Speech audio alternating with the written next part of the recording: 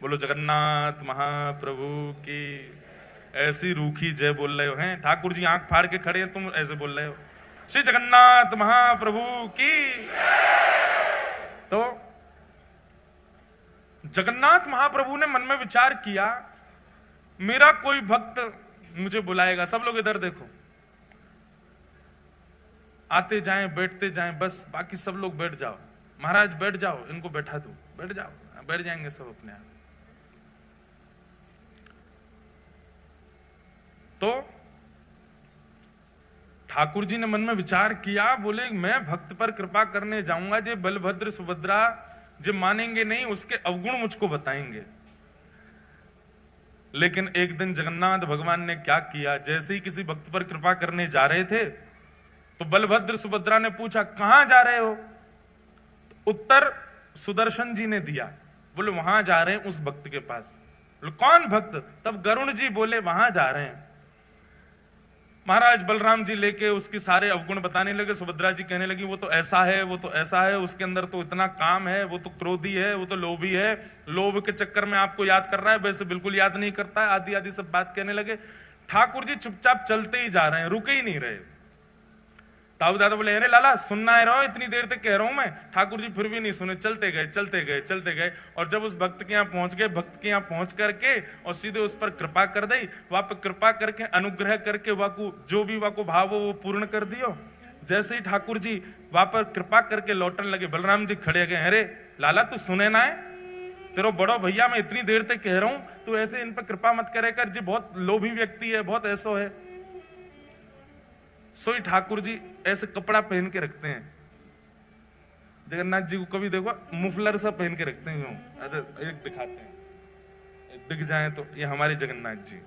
देखो जगन्नाथ भगवान कैसे कपड़ा पहने, ऐसे पहन के रखें जैसे कितनी सर्दी लग रही है इनको। सर्दी नहीं लग रही है, जो कान छुपा के बैठे हैं अपने। बलराम जी बोल रहे लाला तू सुने ना है, चलो जाए कहीं भी मुंह उठा के, और हमारी बात ना माने। ठाकुर जी बोले कहा बोल रहे, सुनाई ना दे रही तो, अरे रुको। तब ठाकुर जी ने एक कपड़ा पीछे किया, बोले हाँ इतनी देर तक कहा बोल रहे, मुझको तो सुनाई ना दियो, मेरे तो कान छुपे रहे ना, मैं सुना ही ना पाऊं।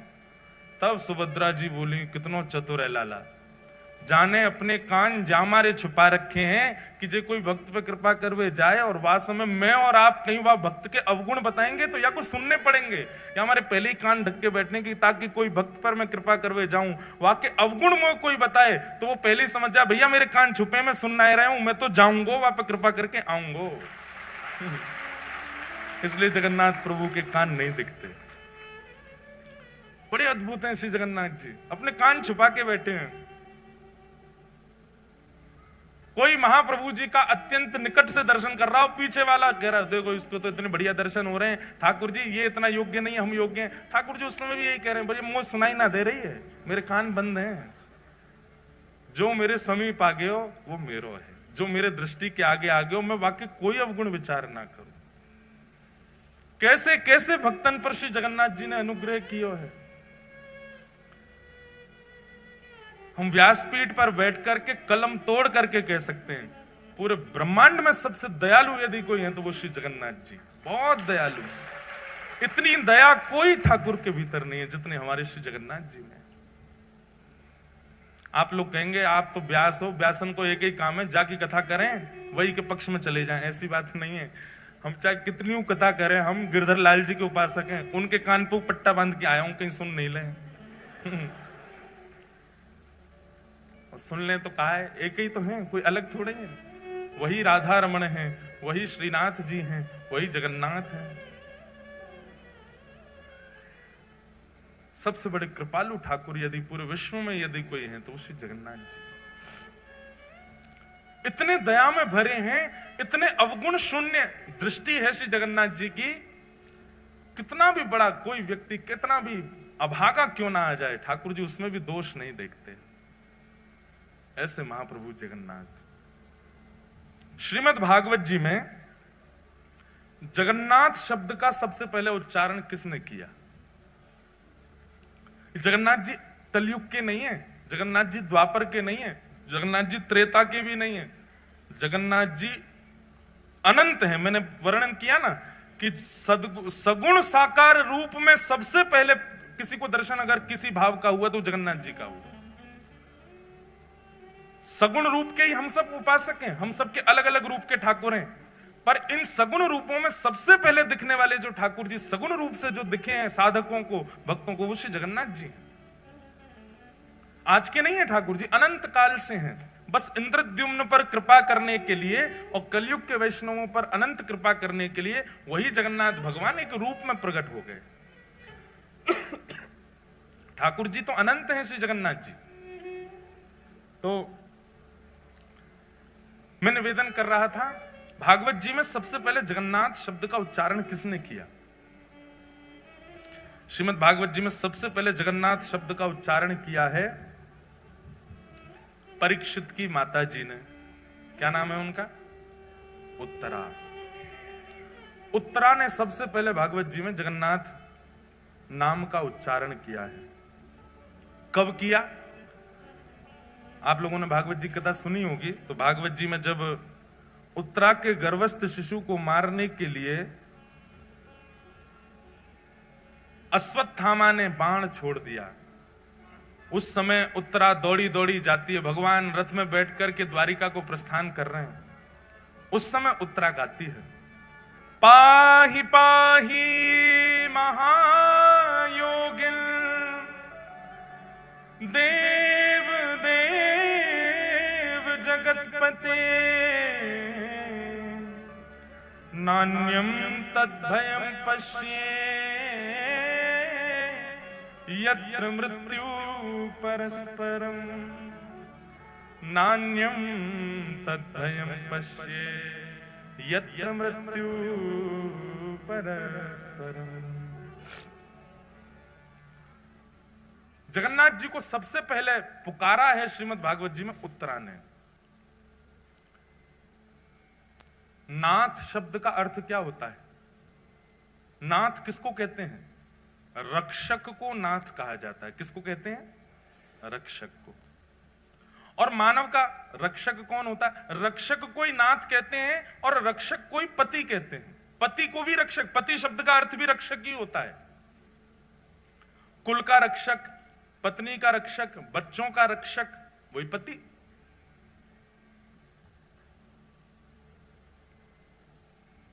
जगन्नाथ और जगतपति शब्द में कोई अंतर नहीं है, एक ही है दोनों। नाथ और पति एक ही बात होती है। भागवत जी में सबसे पहले उत्तरा कहती है, भगवान को सबसे पहला नाम क्या दिया? महायोगिन। बहुत ध्यान से सुनो सब लोग, इधर देखो, क्या कहा? महायोगिन। कौन है? पाहि पाहि महायोगिन। महायोगिन का मतलब क्या है?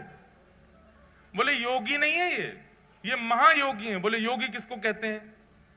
बोले योगी उसको कहते हैं जो नेत्र बंद करके बैठा रहे, ध्यान लगावे, घंटों तक, वर्षों तक, महीनों तक नेत्र ना खोले, उसको योगी कहते हैं। बोले ये कौन है? बोले योगी नहीं है, ये महायोगी है। बोले क्यों? बोले जादनाते बैठे वादनाते आंख बंद ही नहीं करी है, आंख खोल के बैठे हैं। आंख बंद करके बैठना ये एक योगी कर सकता है और कोई भी कर सकता है। आंख बंद करके कोई भी बैठ सकता, पर आंख खोल करके बैठना ये योगी नहीं कर सकता, ये तो महायोगी कर सकता है। आप नेत्र खोल करके अपलक नेत्रों से कितनी देर बैठ सकते हो? ज्यादा से ज्यादा 30 सेकंड, 1 मिनट। न का देर में आंसू आने लगेंगे, आंखें लाल पड़ जाएंगी महाराज, पलक आपको झपकनी पड़ेगी। तो नेत्र बंद करके बैठना ये कोई बड़ी बात नहीं है, लेकिन फिर भी योगी मान लेंगे हम नेत्र बंद करके बैठने वाले को। पर ये कौन है? बोले ये तो महायोगी है। महायोगी क्यों है? बोले नेत्र खोल करके बैठे, अपलक नेत्रों से बैठे, झपकते ही नहीं है। पाहि पाहि महायोगिन। और कौन है? बोले देव देव, देवों के भी देव हैं। सारे देवता आते हैं और सब आकर के श्री जगन्नाथ जी को प्रणाम करते हैं। महाप्रभु जगन्नाथ जी के संपूर्ण मंदिर में 33 कोटि देवता हैं। पूरे मंदिर में सब प्रणाम करते हैं, सब नीचे आकर के हाथ जोड़ करके खड़े रहते हैं। तो कौन है? बोले देव देव, देवों के भी देव हैं। और कौन है? बोले तब नामकरण हुआ जगतपते, जगतपति, जगत के रक्षक, जगत के नाथ श्री जगन्नाथ जगतपति हैं। ये पूरे विश्व की रक्षा करते हैं, पूरे जगत की रक्षा करते हैं। दो अर्थ होते हैं भगवान के नाम के। एक तो अर्थ है जगत के नाथ, और दूसरा जब हम जल्दी जल्दी बोलते हैं जगन्नाथ, मतलब जग के अन्न के नाथ। अब जगतनाथ कहो, जग के अन्न के नाथ कहो, बात एक ही हो जाती है। अन्न से ही हम सब लोगों का पोषण होता है, उस अन्न के जो स्वामी हैं वो जगन्नाथ। एक प्रकार से जगन्नाथ कहने का मतलब यह है कि हम सब पत्नी, हमारे पति कौन है? श्री जगन्नाथ जी। हम सबके स्वामी हैं, हम सबके रक्षक हैं श्री जगन्नाथ। कभी भी जीवन में स्वयं के प्रति अनाथ की भावना लगती हो, महाप्रभु जगन्नाथ जी का स्मरण करो, सबके नाथ। विश्व प्रसिद्ध रथ यात्रा। अब जगन्नाथ जी प्रकट कैसे हुए, जगन्नाथ जी का रूप क्या है, बहुत विस्तृत कथा है, वो हम सुनेंगे कल। क्योंकि पूर्व से द्वारिका लीला से पूरी कथा शुरू होती है, कईयों को शायद पता भी होगी। पूर्व में श्री जगन्नाथ जी ने ब्रजवासियों की कथा रोहिणी मैया से सुनी, तब से वो रूप प्रकट हुआ, उसकी पूरी कथा। फिर इंद्रद्युम्न पर कृपा करके ठाकुर जी कैसे पधारे, नील माधव रूप से कैसे जगन्नाथ बने, बहुत विस्तृत भाव है, उसको हम कल स्वच्छंद रूप से कहेंगे। अभी बस इतना सुना देते हैं कि महाप्रभु श्री जगन्नाथ जी की रथ यात्रा कैसे होती है। सबसे ज्यादा विश्व में लोग श्री जगन्नाथ जी को जानते ही रथ यात्रा से। ऐसे भक्त वत्सल हैं श्री जगन्नाथ जी। इंद्रद्युम्न राजा, जिस पर कृपा करने के लिए श्री जगन्नाथ जी ने यह रूप धारण किया, वे इंद्रद्युम्न राजा नित्य श्री जगन्नाथ जी की सेवा करते हैं, और ऐसे एकमात्र राजा हुए जिन्होंने जगन्नाथ प्रभु का मंदिर निर्माण कराते ही अपनी राज पदवी का त्याग कर दिया। राजा रहकर के हम जगन्नाथ जी की सेवा नहीं कर सकते, दास बन गए श्री जगन्नाथ जी के लिए। हमारे ब्रज के उपासक भी कहते हैं, कनक कूट को टिक लग तजिए भजिए कुंवर कन्हैया। जब तक चित्त में त्याग नहीं आएगा तब तक ठाकुर जी के साधक नहीं बन सकते आप। कोई व्यक्ति चाहे कि मैं सब स्थितियों में रहता हुआ भक्त भी बन जाऊं तो नहीं बन सकता, उसको त्याग तो करना पड़ेगा। अपने सुख का, अपनी समृद्धियों का, अपने भाव का, अपने प्रेम का, अपने ऐशो आराम का, कहीं ना कहीं तो त्याग वैष्णव को करना पड़ता है। वैष्णव भक्तों को देखो, वो त्यागी से ही दिखते हैं। रात में भले 1 बज जाए, सुबह 4 बजे उठ जाएंगे, क्यों? त्याग है। कितने वो अच्छे वस्त्र दे दो लेकिन फिर भी सामान्य वस्त्र पहनेंगे, क्यों? त्याग है। कितना भी अच्छा श्रृंगार कर लें, श्रृंगार करके फिर तिलक जरूर लगा लेंगे, क्यों? त्याग है। त्याग भक्त को करना ही पड़ता है। तो इंद्रद्युम्न राजा ने अपनी राज पदवी का त्याग कर दिया, और इंद्रद्युम्न अकेले भक्त नहीं, उनकी पत्नी गुंडीचा, जिनका नाम, वो भी परम भक्ता थी श्री जगन्नाथ जी की। तो इंद्रद्युम्न राजा नित्य अपनी पत्नी के साथ जाते और पूरे जगन्नाथ मंदिर में झाड़ू सोहनी करते अपने आप ही। बहुत ध्यान से सुनना। ठाकुर जी को इंद्रद्युम्न राजा का त्याग, समर्पण और ये प्रेम इतना भा गया, इतना भा गया, महाप्रभु श्री जगन्नाथ जी प्रकट हो गए, और प्रकट होकर के बोले, इंद्रद्युम्न, हमारा एक ही हृदय है, तुम कितनी बार उसको अपना मुरीद बनाओगे, कितनी बार उसको प्रसन्न करोगे। व्यक्ति का स्वभाव होता है कि वो एक बार सामने वाले को प्रसन्न कर देता है, सामने वाला प्रसन्न हो जाए तो बस फिर शांत सा रहता है। लेकिन तुम बार बार ऐसी लीला करते हो कि हमको प्रसन्न होना ही पड़ता है। तुमने राज पदवी का त्याग कर दिया, अब तुम अपनी पत्नी सहित पूरे मंदिर की सेवा करते हो, कोई भी कार्य छोटा बड़ा नहीं समझते। पत्नी पुष्पमाला का श्रृंगार बनाती है, नित्य हमको धारण कराती है। हम तुम्हारी सेवा से बहुत प्रसन्न हैं, कुछ वरदान मांग लो। इंद्रद्युम्न राजा कहते हैं, बोले भगवान, जहां साक्षात आप आ गए मेरे पास में और ये सेवा का सौभाग्य मुझे दे रहे हैं, इसके बाद आपसे, आपके द्वारा ये कहना कि कुछ मांग लो, मेरे चित्त में संशय प्रकट कर रहा है कि कहीं आप मुझसे पीछा तो नहीं छुड़ाना चाह रहे। जब आप मिल ही गए हो मुझे तो नाथ, और मैं क्या मांगू आपसे। जगन्नाथ प्रभु बोले, नहीं इंद्रद्युम्न, हम बहुत प्रसन्न हैं तुमसे, कुछ मांगो।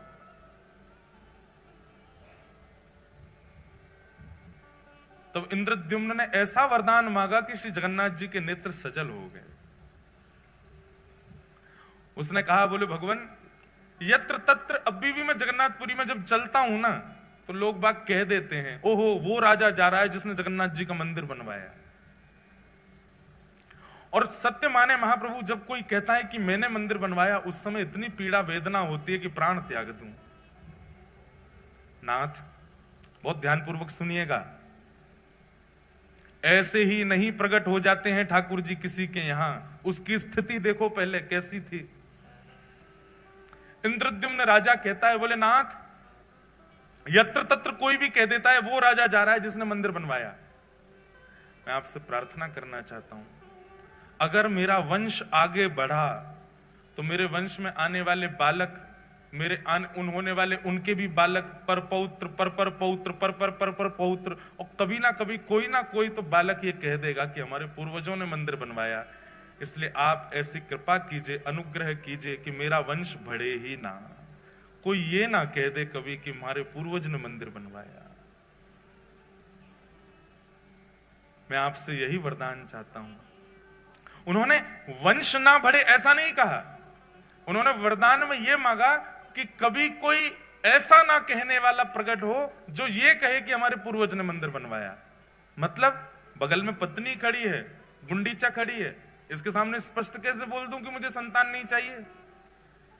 लेकिन नाथ, आप कृपा करके ऐसा अनुग्रह कर दो कि मेरे कुल में, वंश में कोई ये कहने वाला ही पैदा ना हो कि हमारे पूर्वज ने मंदिर बनवाया। इनडायरेक्ट वे में मानो कहना चाह रहे हैं कि कोई वंश आगे बढ़े ही ना, कभी ना कभी कोई तो बोल देगा कि हमारे पूर्वज ने बनाया। महाप्रभु जगन्नाथ जी के नेत्र सजल हो गए। बोले, और कितना त्याग करोगे इंद्रद्युम्न?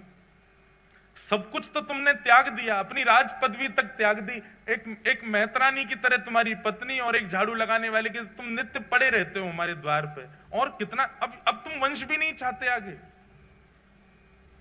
महाप्रभु जगन्नाथ जी ने इंद्रद्युम्न को हृदय से लगा लिया। तुम्हारे इस प्रेम को, इसको निष्काम प्रेम कहते हैं, जिस प्रेम में इतनी इच्छा भी नहीं है कि कोई ये कह जाए कि इन्होंने मंदिर बनवाया। हम लोगों की स्थिति कैसी? हमारी कथा सुनकर के 4 लोग वैष्णव क्या बन जाएं तो हम दुनिया में ये मेरी कथा से वैष्णव बना है। हमारे मन की भी बात कह रहे हैं। अभी जलंधर में कोई मिलने आए, वो बोले, महाराज जी इन्होंने जीवन में कभी कुछ गलत काम छोड़ा नहीं, आपकी कथा सुन के छोड़ दिया। हमने भी 4 से परिचय करा दिया, मैंने, देखो ये हमारी कथा से ठीक हो गए, इतनी कथा सुनी फिर भी। ये सबके अंदर आता है, मेरे अंदर भी आ रहा है, आप सबके अंदर भी आ जाता है। तनिक से भाव से हम लोगों के अंदर कितना मान आ जाता है। पर एक बात सदैव याद रखना, ठाकुर जी मान रहित व्यक्ति को ही मिलते हैं जिसमें किंचित मान ना हो।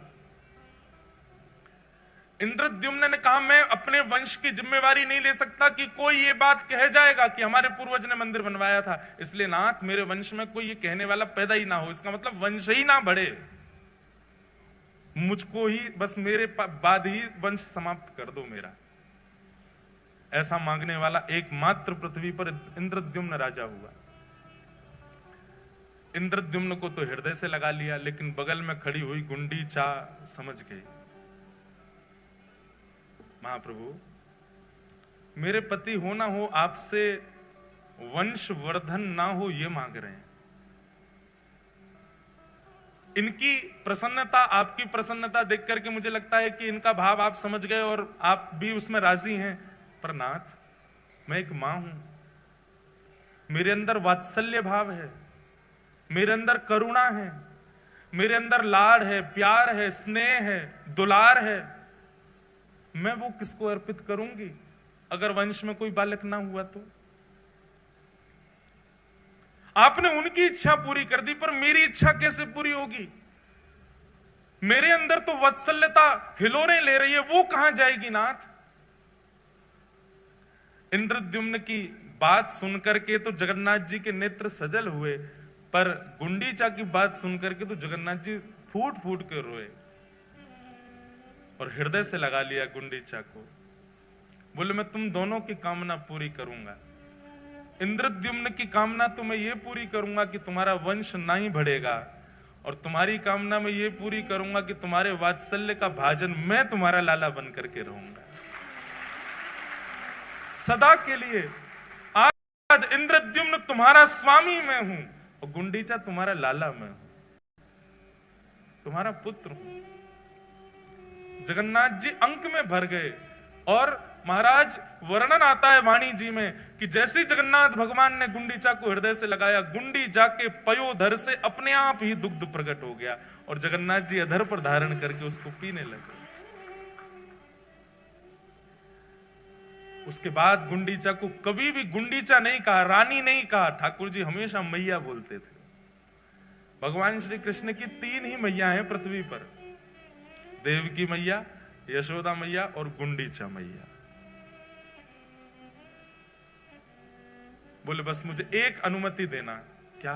मैं जगन्नाथ हूं, आपने मुझे जगत का नाथ बना दिया, पूरा विश्व मेरे पास आएगा। मां, मैं साल भर पूरे विश्व को दर्शन दूंगा, साल भर पूरे विश्व के ऊपर अनुग्रह करूंगा, उनके आर्तों को दूर करूंगा, उन पर अनुग्रह करूंगा। और साल में एक बार अपनी मैया से मिलने के लिए खूब चढ़ करके रथ पर आनंद के साथ भर करके नाचते गाते भय लाखों वैष्णवन के संग में अपनी मैया के पास आऊंगा और फिर 7 दिन आपके पास ही रहूंगा, फिर कहीं नहीं जाऊंगा।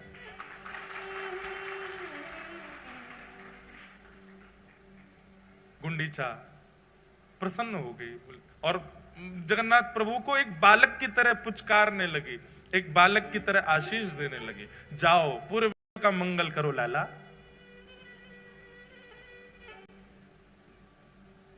गुंडीचा वापस अपने भवन में जाकर के रहने लगी।